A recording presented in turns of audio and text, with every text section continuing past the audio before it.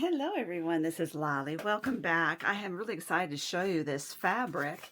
Last year at Creativation, I went to the Bellagio booth and saw these amazing cork fabrics, and I've been wanting to share them with you. Now, I did do a video showing their booth last year, but I want to actually show you the fabrics themselves.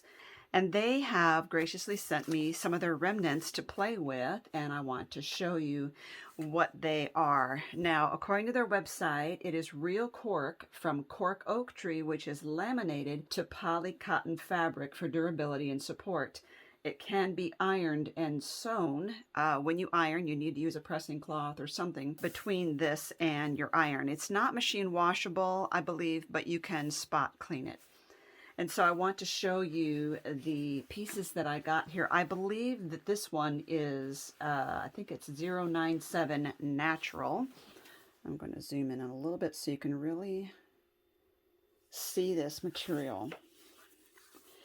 Now, if you shine a flashlight through it, you can see like little gaps in the material, just showing you that, in the cork, you can see, basically you can see the light shining through certain parts of it. This one, I believe, is 1021 blue wood grain. It is really pretty. Oh, this is not that. This one is 10014 snake print. And you can see it's got some gold in it. And I believe this is 1003 Black Floral. Also has gold in it. This would be 90-10 natural gold. Look at all that gold in there. And then this would be 1002 Red Floral, which also has gold flecks in it. And they have so many patterns. And you can see how it's not very thick, but it's thick enough to, like make totes and things out of. I decided that I would want to, for the projects I want to do, I'm going to back mine up to some Kraft-tex. So the first thing I did was to cut, this is just a strip that was sticking out from here. So I trimmed it down to make it the biggest rectangle I could. And I used heat and bond, which works really well. So heat and bond, if you're not familiar with it, I laid the Kraft-tex down on my ironing board, and I put the heat and bond down, sticky side down on that, and I put a sheet of parchment paper over that, and I pressed it for 2 seconds, let it cool, peeled off the paper, and then turned it over and stuck it onto the back of this fabric, and then heated it for 8 seconds, let it cool, and then I trimmed the fabric off around that, and you can see I stitched around the edges with black zigzag thread, and I put an eyelet in it. It is very durable, but it's also beautiful. Because you can press this, you can also put HTV on it, so that's another thought. But I thought about it, but maybe over here where there's not so much black, or you could even put gold over this would be pretty, but I just kind of like it the way it is. Okay, so the next thing is, they also gave me this, which is one of those coffee, mug holder, what's it called? Coffee cozy, with the idea of putting this on there. So I opened this up, and I'm going to glue this. You could use your heat and bond, or you could stitch it all the way around, but I decided to use the Fabri-tac, so I'm going to go all around on this with the Fabri-tac. Now because when this goes back together, this is going to get glued right there. I don't really have to get the fabric over here. And I'm putting the Fabri-tac on the smooth side of this cardboard. And I'm going to lay this down over that. And just keep smoothing that out. So because this is a fabric, you can use Fabri-tac on it. And then we're going to trim this off. Actually, I want to trim it. Remember, I didn't glue it all the way on. Remember that? Okay, now I'm going to go through. And I could still go through in the sewing machine and stitch around the edges here. On their website, I noticed they also have trims made of this cork fabric, and they also have fabric-covered buttons made with it. Okay, now I want to make sure this probably needs a little dab under there. Now, using HTV on this would be nice because you can get it to personalize it. Okay. And I'm just going to bring this back around the way it was and get that glued. I'm going to cover this and the end here because I know it sticks out over the edge. And this will make sure, because I'm covering it back on the fold lines, I'm making sure that it is going to be the same size it was when I got it. Okay, now I'm just going to clip that. Fabri-tac does adhere pretty quickly, but since this is going to go up and down on a mug, I figured this would probably be a good idea to go ahead and clip that. Okay, so we have those two pieces. Let's set that aside, and I want to show you another project I want to do, and that is with this. Now, because of the folds, I want to give this a press first, but I decided to make a journal cover out of this. So I cut out Kraft-tex, and I figured, what I'm looking at what size I can get away with this remnant, and you do want to use your remnants and not let those go to waste because this is precious material. So with this, I cut this 9 5/8 inch wide and 8 3/4 inch high. I'm going to do the same thing I did before, in that I'm going to adhere the heat and bond to one side of this for two or 3 seconds, whatever. Let it cool, peel off the paper, put it down, and press it for 8 seconds so that this adheres. And then I'm going to trim around the edges. I might even round the corners. And I'm also going to decorate the front here. That will be fun. Okay, let's do that. And guess who ran out of heat and bond? So I'm going to do this way. Now I do want you to know that I plan on stitching on the cover. If you don't want that showing through your Kraft-tex, you should stitch onto the fabric first and then cover it, but it really doesn't matter to me, and I kind of like the idea of the stitching seen from the inside anyway. So I'm going to apply the Fabri-tac all over this and put it onto the back side of this Cork fabric.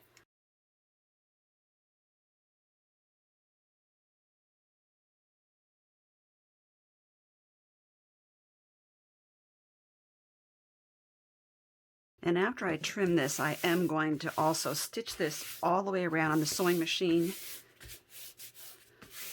but you don't have to do that.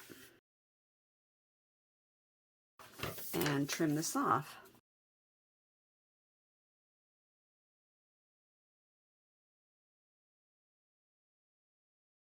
And I want to say that these strips can be used on other projects. You see what I'm saying? You could put them as decorations and embellishments or on your paper craft projects. So I'm going to take this to my machine, stitch all the way around it. And also I have this little piece of black fabric that I frayed the edges on. And once I get this folded over, I will see if that's about the right size. It might be a little long, so I'll pull a few more of these threads on the sides.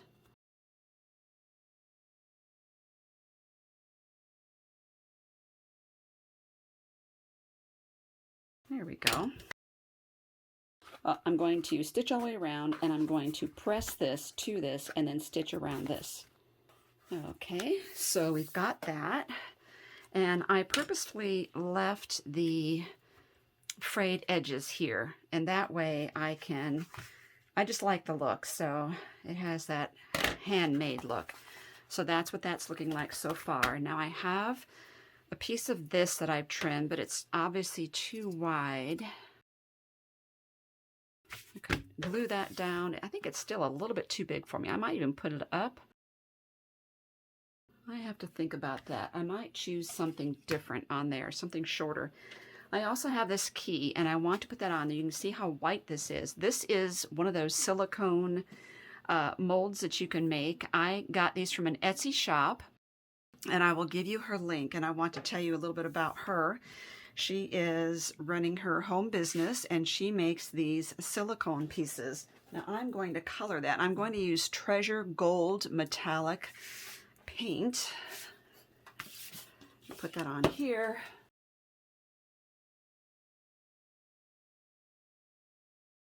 She's making and selling these in her shop. This is going to take a couple coats, I think.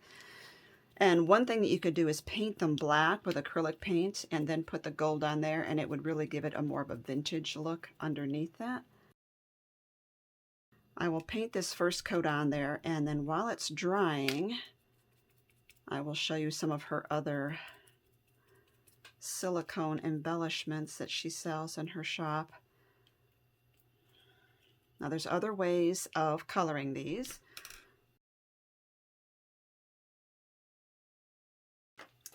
So here's where I took that from this package here. It's Designs by Izzi, is her Etsy shop. These are the silicone embellishments. You can see there's 1, 2, 3, 4. There's 5 keys that come in this set, and I have taken that key there to use. She's also got these beautiful frames. That would be really great on a mixed media or on a cover. I love this heart right there. And she's got Christmas trees here. And these are lace edges. Now it looks like they're warped. They're not. It's just that there's foam, tacky foam holding it in place. But these are beautiful and really well done. This is my favorite because I want you to look at the detail in that. This is incredible. It looks like real cotton lace. Beautiful. And again, all of these would paint just as easily as that key has. Okay, so while that is drying, I have to think if I want to use this big chunk of lace or not. I think it's overpowering for sure. Let me get some narrower lace. So I think this one, I like the dark color of this better. The other option would be to trim off part of this and make it shorter. And then the key would cover up part of that up there.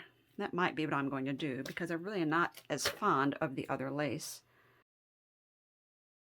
Like that. And I could just put this right over the top, and I think I will. Okay. The other thing is I have some of this gold thread, and I might want to add a little bit of that under it. In the meantime, I'm going to tack this down.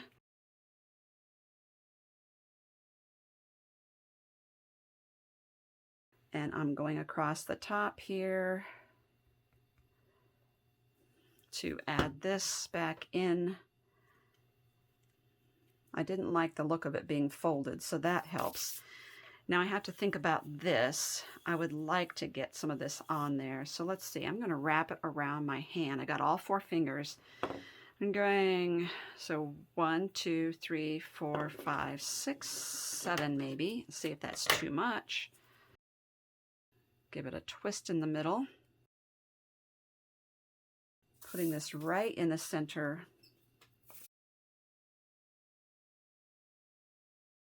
There. I'm just going to hold that down for a minute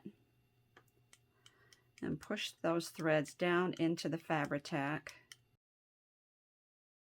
And when it's dry, I can poof those up just a little bit. And I know that this is done, so I have my little koozie. Okay, and I'm going to go ahead and hit this with a second coat. Perfect. Just hit the spots that was missing some of the gold. Now you can use Fabri-tac or their zip dry would also work to put that on here. And you can see how that's going to look right there. I'm going to let that dry and then come back.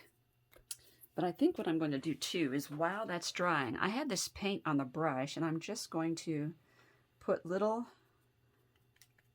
marks here and there on the black fabric and also on the lace here. It's not showing up on the lace, but it definitely is on the black, just to give it a little more toned down look because it's so stark. We could also use gem tack to get this adhered.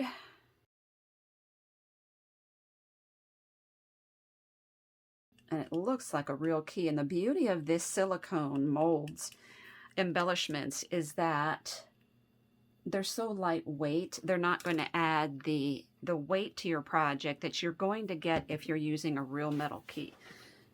Now, this is all dried and set up. I let it dry overnight just because I was busy. But I decided I want to apply some of this Treasure Gold by Folk Art, and I want to do this through a stencil.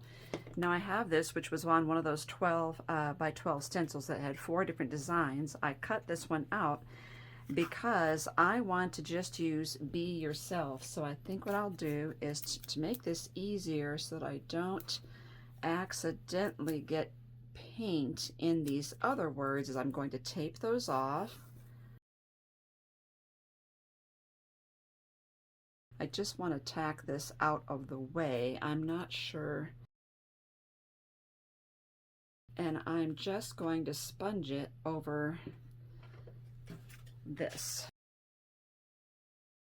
And you don't want to saturate the cotton or the sponge. I would rather get 2 light coats on here than one super juicy one and have to and then have it go under the stencil. One of the ways I'm going to help not to smear this is to hold the left side and just peel it up like that. Now you see it's a little bit, it's a little fuzzy anyway, so what I'm going to do is take a black marker and outline it when this is all dry, and that will help to bring out the actual lettering there. And then using the food ball, I'm going to outline these letters.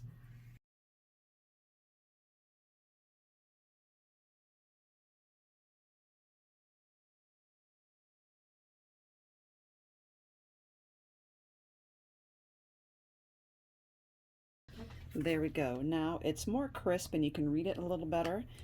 And now I want to get some holes in the side here. One thing you might want to do, I've noticed with this, is you might want to spray that with a fixative spray when you think it's good and dry. So I'm going to basically find the center here. That way you don't have to use a ruler and feel like you're not getting it right. And the Kraft-tex has enough memory that it should give you a good pinch over there. There. Now I see that little crease there. And what I want to do is go on either side of that and mark that. And I'm going to go down about 1/4 of an inch. I'm going to put my 1-inch mark right on the fold, and then I'm going to mark, let's see, 1/8 inch on either side of that. Then all I need to do is get my punch here. I'm going to use the small punch.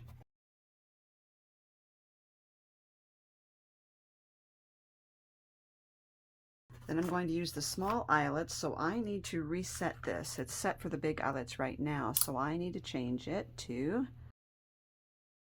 C4. And let's get some little eyelets out. I get a lot of these from Eyelet Outlet, and this case is from Joanne Fabric. So I'm going to look at the outside here and pick a color that I think would work well with it. I have these really dark blue ones. These are even darker yet. If you are not comfortable with eyelets, I'll give you a link down below to how to set perfect eyelets.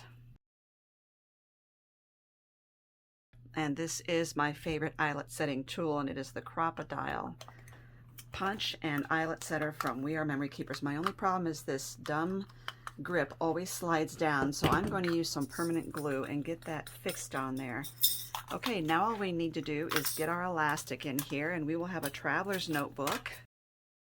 Now I really would like to have black elastic. I think this is more slender than the usual 2mm elastic that I use, but I'm going to use it because it's all the black that I have. I'm using a floss threader. I want my knot to be here, so let's start in the back, in the front.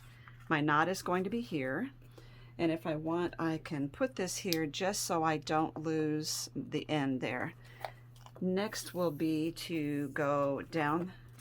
I think these holes are so big, and I don't need to use the floss threaders this time, so I'm just going to thread that, pinch that so it doesn't go away, and then come down this way, up through that one. You should have long strips here and the short ones in the back. Now if you want to hang a charm on yours, I like to put a split ring right here before I tie these knots. Now it is going to fold it, it's okay, because it'll straighten out when we go to put in our notebooks here. And you can burn the ends of these so that they are more sturdy and don't fray on you. I have a couple of different notebooks. This one says it's the Explorer Journal from Momenta. It's some nice kind of crinkly paper, and I have these which are from the Craft Kit at Stamp and Scrapbook Expo. And I love these. They're all pretty. I think I like this color with this particular journal. So just find the center. And now you have a nice notebook that you can interchange your papers on. So all you have to do, if you want, you can put a tie around this. I think I'm okay. And I think that now that this has been setting a while, I can really sharpen up this line, because the gold wants to show through on the black. So I'm just giving it another coat. I really like the way products feel, and this has a great feel to it, and it's unbelievable. So again, you can wipe this clean. You can't put it in the washing machine, but you can wipe it clean. And now we have this great bookmark for our project as well. Think about making eyeglass cases with it. Oops, I can take that off. Think about making eyeglass cases with this material, or totes, or even purses and wallets. How stunning would that be? Loads and loads of fun. I'll give you links down below to Izzi's shop so you can look at her embellishments, and also for the definitely for this Cork Fabric from Bellagio. Thank you everyone for watching.